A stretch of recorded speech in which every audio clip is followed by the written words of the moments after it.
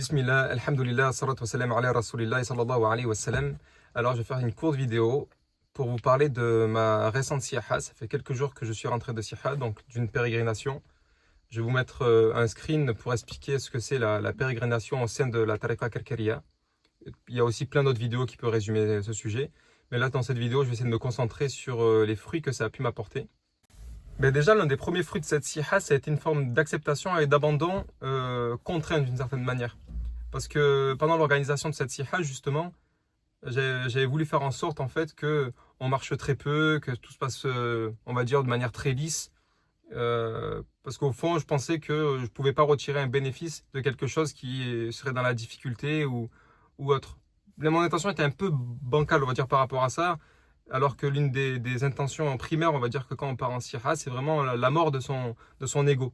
Donc s'abandonner totalement à la volonté du Seigneur et vivre les choses et les laisser venir et les accepter et de là tirer un flux, une présence et une connaissance de ça. Donc déjà pour le coup, j'étais mal parti en fait. Et sans même le savoir. C'est pendant cette siyaha-là que je m'en suis rendu compte qu'au final mon intention était bancale dès l'organisation en fait de la siyaha.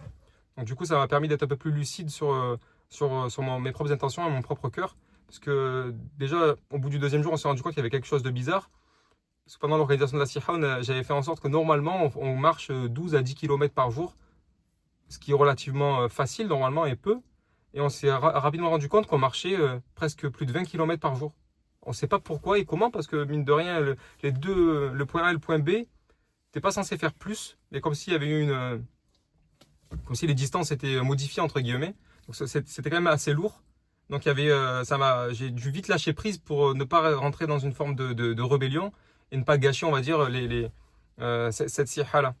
Sachant aussi qu'on a eu, pendant ma siyaha d'hiver, il faisait un temps magnifique. L'année dernière, pendant la siyaha d'été aussi. Et là, par contre, pour le coup, on s'est retrouvé dès le premier jour sous la pluie, sous le tonnerre. On s'est retrouvé trempés, les habits trempés. On avait du mal même à trouver un abri parce qu'on arrivait dans une forme de... C'était même pas une ville ou un village.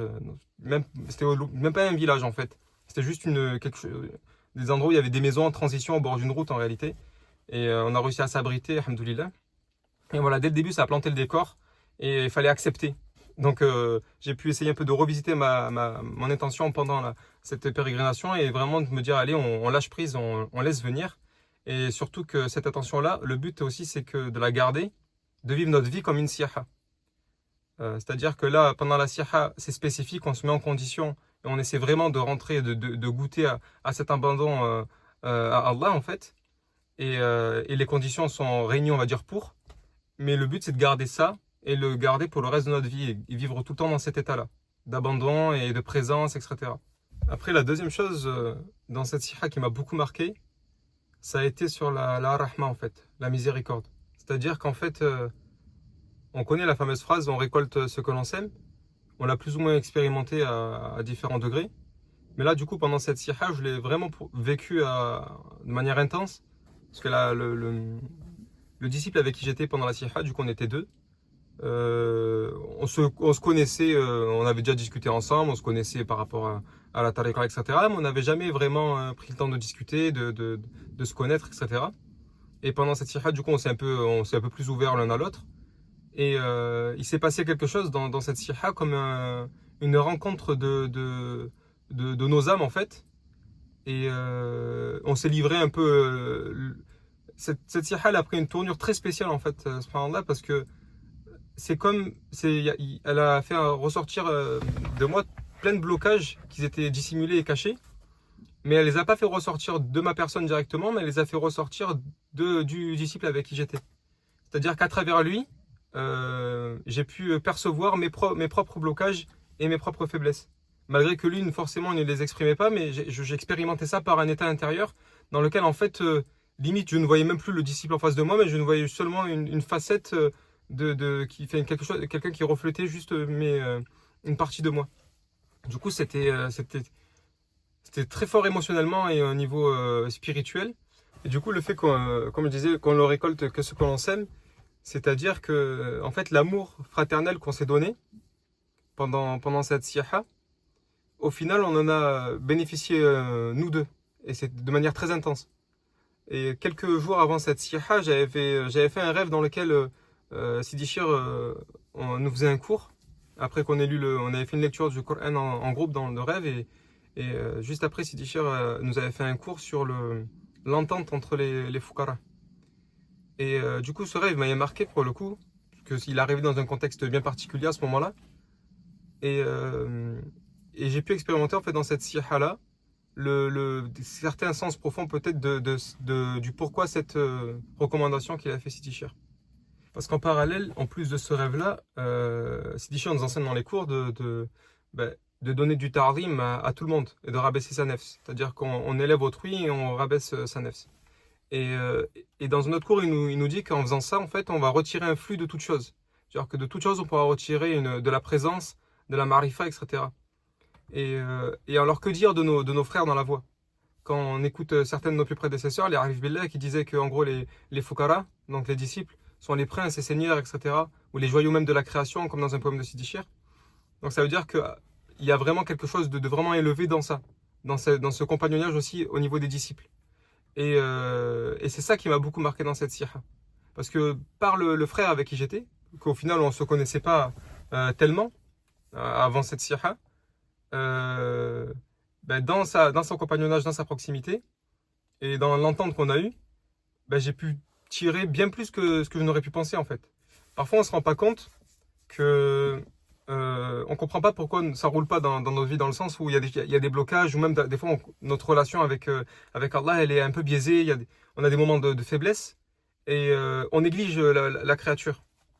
Et d'ailleurs Sidi Chir nous dit dans un cours que pour avoir la bonne opinion du créateur, il faut avoir la bonne opinion des créatures. Quand on aura la bonne opinion des créatures, on aura la bonne opinion du créateur.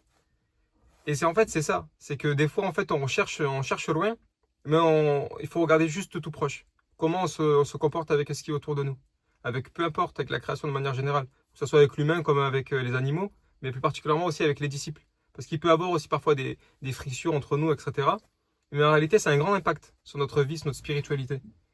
Et c'est à travers cette siha-là que j'ai pu voir l'importance, on va dire, de la mahabba et de l'entente qu'il y a entre les disciples. Et par ça, du coup, on revient à ce que je disais dans le premier point, à l'acceptation. C'est-à-dire à l'acceptation, pas seulement que des causes qui arrivent, mais à l'acceptation en fait du sens profond de la hawla wa la quwwata illa billah, du fait qu'il n'y a de force ni de puissance qu'en Allah. C'est-à-dire que si on est conscient que derrière les choses, en fait, ce n'est que la volonté divine, et que, en plus d'en être conscience, des fois, on le rejette, on va vivre dans une forme de contraction, une forme de rébellion. On va plus être dans une forme on va être dans l'ego en fait. On va cheminer à travers l'ego. Et c'est le contraire même de ce pourquoi on est là.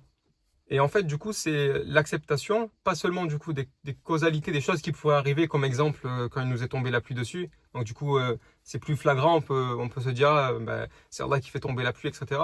C'est au-delà de voir au-delà des voiles dans tout. C'est-à-dire que même, par exemple, un frère avec qui on est, ou peu importe, même si c'est un non-croyant, etc., qu'on voit derrière en fait la manifestation, la volonté divine.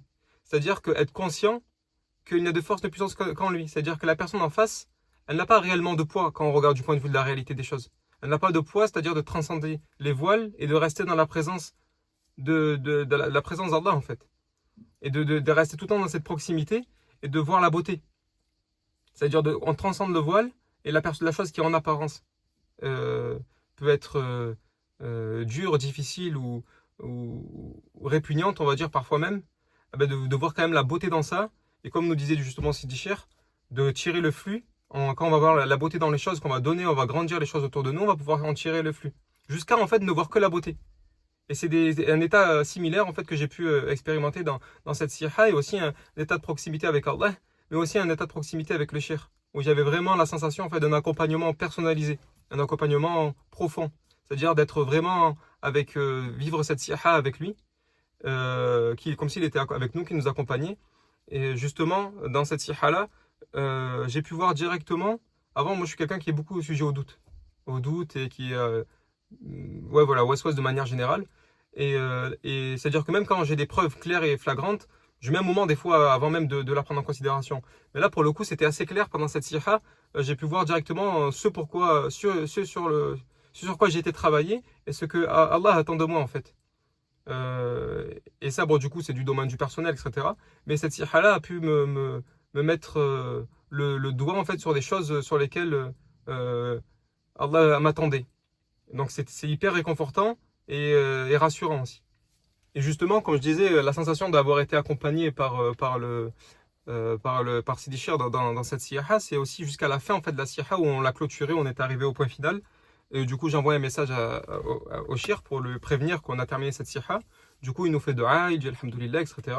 Et puis ensuite, il me renvoie un vocal plus tard et il me dit fais une vidéo dans laquelle tu as parlé des fruits de cette siha. Et sur le coup, je veux dire, c'est une bonne idée. Et après, j'ai réfléchi, je me dis mais c'est-à-dire, parce qu'en fait, sur le coup, avec la fatigue, avec tout ce qui s'était passé, c'était tellement intense que j'avais même pas pris un recul en fait sur tout ce qui s'était passé. C'était tellement intense ces 3 jours et je pensais pas. En fait, j'ai fait une siha de 6 jours déjà l'année dernière et une autre de 3 jours cet hiver. Et je pensais que cette siha à la base, j'avais eu. Je pense que j'avais donné peu de tardim en fait. En fait, elle était tellement immense. C'était comme. J'ai même l'impression que c'est ma seule siha en fait que j'ai fait. C'était vraiment la seule, vraiment une réelle siha que j'ai fait, c'était celle-ci. Que je me suis même pas rendu compte en fait de tous les bienfaits qui étaient tombés à ce moment-là. C'est que après, quand je suis rentré et que j'ai pris une nuit, enfin, j'ai passé une nuit de sommeil, etc. Et le lendemain, c'est comme si j'avais une descente encore plus profonde de tout ce que j'avais vécu pendant ces 3 jours. Comme si à ce moment-là, je recevais encore plus de manière claire et profonde ce que j'avais pu vivre pendant ces 3 jours. Et du coup, j'ai pu expérimenter encore, même après cette sira, encore des états encore plus intenses de proximité avec Allah et comme une revivification de mon cœur. Comme si mon cœur avait repris vie par cette sira-là. C'était tellement fort. Et là, par exemple, juste après cette siha, je suis parti en déplacement pendant une semaine. Et le goût m'a suivi jusqu'à aujourd'hui. Là, je suis rentré à mon domicile. Et cette siha, elle m'a suivi jusqu'à maintenant, j'espère. Et je demande à Allah qui me fasse don de la protection d'être privé après avoir eu. Parce que c'est tellement quelque chose d'immense et de goûteux et d'incroyable qu'on n'a plus envie de sortir de cet état-là. Pourtant, alhamdoulilah, on a pu expérimenter des états et tout dans la tariqa. Mais là, c'est comme si c'est au-delà d'un état, c'était un établissement de quelque chose. Donc, alhamdoulilah, ça a été une siha immense pour ma part. Donc voilà, en gros, grosso modo, c'est dans ce témoignage-là, ce que je voulais faire ressortir, c'était le tardim des choses. C'est-à-dire donner vraiment l'importance. Et parfois, quand on voit une personne qui a des soucis en apparence, ou même des fois des personnes qui nous rébutent, entre guillemets, il faut regarder vraiment au-delà et voir peut-être la manifestation, qu'est-ce que Allah essaie de nous faire comprendre à travers cette personne vis-à-vis de nous-mêmes, en fait. De renvoyer le mal à nous et le bien à lui. Et par ça, en fait, et je pense sincèrement, sans ça, on fait du surplace, où on est bourré d'illusions, et on fait que constamment rejeter le mal sur l'autre, sans réellement faire de réelle introspection et se regarder en face. Et le cheminement, vraiment, il fait vivre et goûter un état vraiment réel par rapport à ce sujet-là. Donc voilà, c'était ça pour le témoignage. Après, il s'est passé plein d'autres choses dans cette siha. C'était riche, que ce soit en signes, en vraiment plein de choses. D'ailleurs, le frère avec qui j'étais va faire un témoignage écrit qui sortira sûrement ou sur la page Facebook de la Tariqa ou même sur le site aussi. Donc voilà, Inch'Allah, je vous laisse avec ça. Et subhanakallahumma wa bihamdik, ashhadu an la ilaha illa anta astaghfiruka wa atubu ilayk. Subhana rabbika rabbil izzati amma yasifun wa salamun ala al mursalin. Alhamdulillahi rabbil alamin.